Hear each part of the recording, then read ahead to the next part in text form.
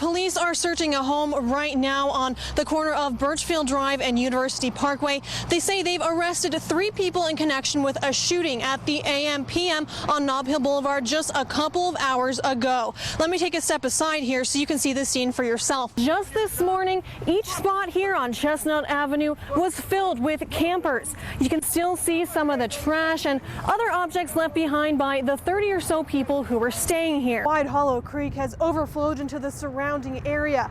Here we've got about 6 inches of water on the side of the road. They won't be allowed access into the full building until a receptionist buzzes them in through this window. Operation Santa is in full swing here in downtown Yakima. You might be able to hear some Christmas music or see some cookie decorating going on behind me. Marijuana sales have been banned in Yakima since 2012, but that could all change tonight. Anything that you think might be helpful for someone in need, especially this time of year. An officer-involved shooting in West Valley from June is ruled justified. Juan Brasino Ortega was shot and killed by police during a domestic violence incident.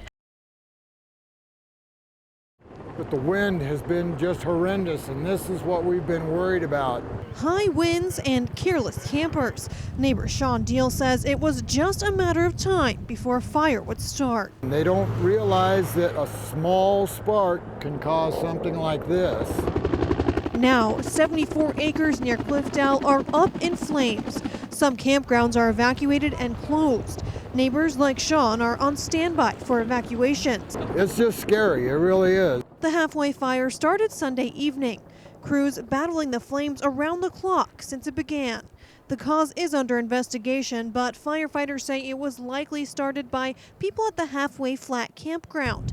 The dense forest and steep hills making it difficult to fight the blaze. It's going to take some hard work by hand crews to complete that line. Smoke and flames has now reached the edge of the Natchez River. Firefighters say it could take a week before the fire is put out. But we're far from having it contained or controlled.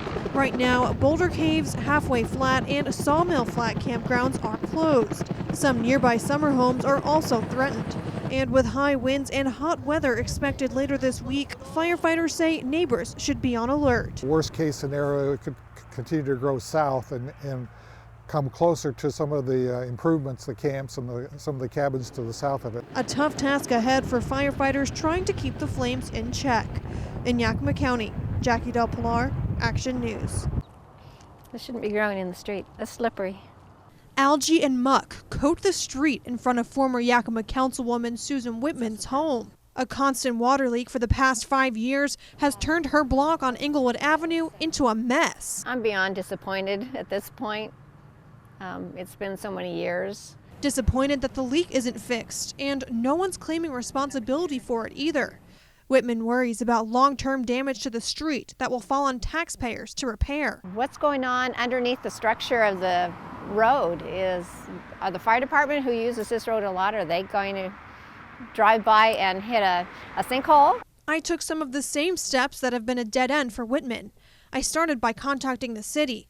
They pointed me to the Yakima Valley Canal Company, who then pointed me to Stone Church. It's just a few blocks from Whitman's home. But the church says they've already had a crew check their pipes and found the leak isn't originating with them. I then looked for some records showing where the pipe goes from the canal to the church, and those are inconclusive as well. The pastor says unless there's proof they're responsible for the leak, they aren't covering the cost. If it is ours, we're gladly willing and able to fix it. Which brings us back to the beginning.